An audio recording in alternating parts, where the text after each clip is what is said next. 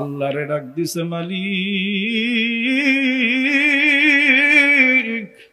আমি আমার মা বাবার একমাত্র সন্তান, আমি একজন রাখাল কৃষক মানুষ, সারাটা দিন গরু উট মহিষ বকরি গুলো পালন করে সন্ধ্যার সময় ঘরে ফিরে আসি।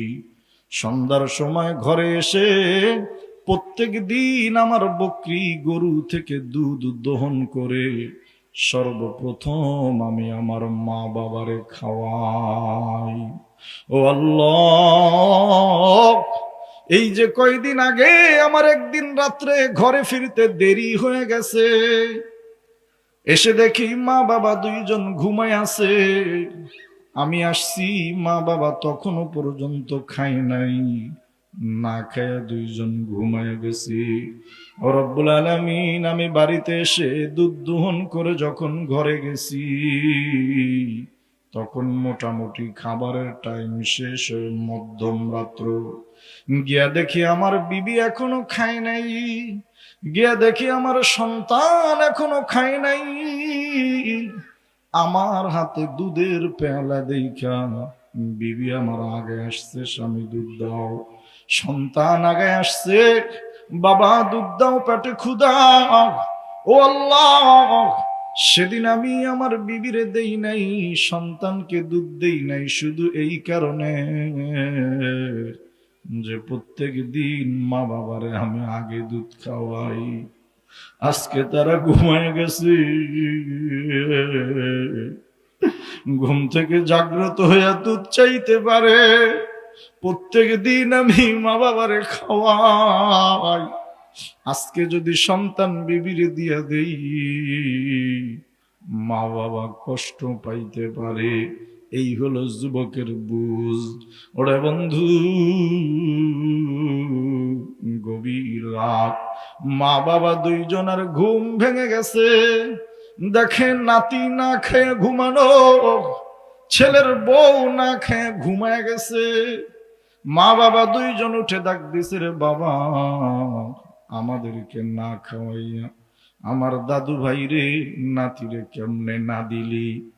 সন্তান কয়, মাগো প্রত্যেক দিন তোমাদেরকে আগে খাওয়াই, আমার মন সায় দেয় নাই, এই জন্য দেই নাই।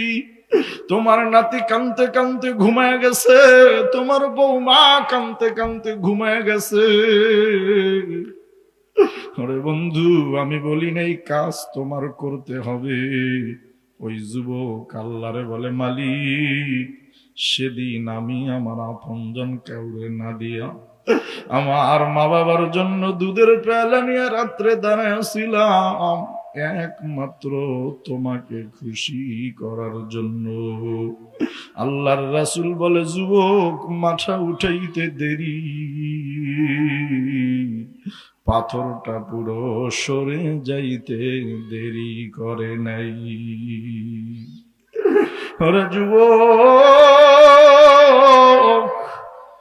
ওই দুই বন্ধু জড়ায় ধরে কান্দে, কয় দোস্ত এত ভালো কাজ জীবনে কোনো মানুষ করে নাই, আজকে দুঃখ লাগে, কষ্ট হয়। ওই যুবক শুধু মায়ের বাবার মুখে দুধ দিয়া অত বড় বিপদ থেকে মুক্তি পাইছি।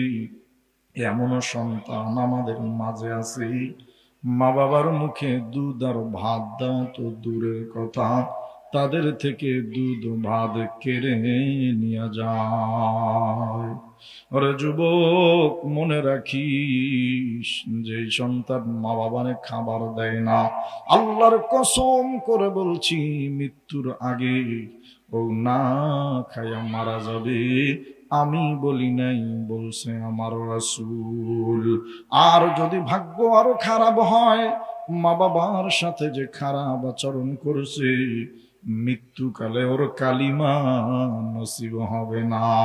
যেই সন্তানের মা বাবা জীবিত আছে, যারা এখানে মাহফিলে আছে মা বাবা এখনো জীবিত আছে, আমি জানি এই ওয়াজ সে বুঝবে না, এই ওয়াজ তার ভালো লাগবে না, কিন্তু আল্লাহর কসম করে বলছি এই মাহফিলে যারা আছে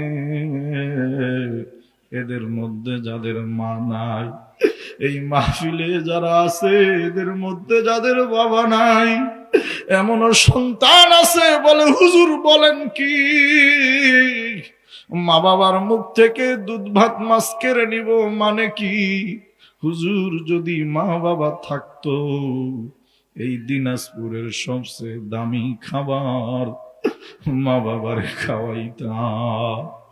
হুজুর বলেন কি মা বাবার মুখ থেকে খাবার কেড়ে নেওয়া তো দূরের কথা, যদি মা বাবা থাকতো এই শহরের সবচেয়ে দামি পোশাক তারে পরাইতাম।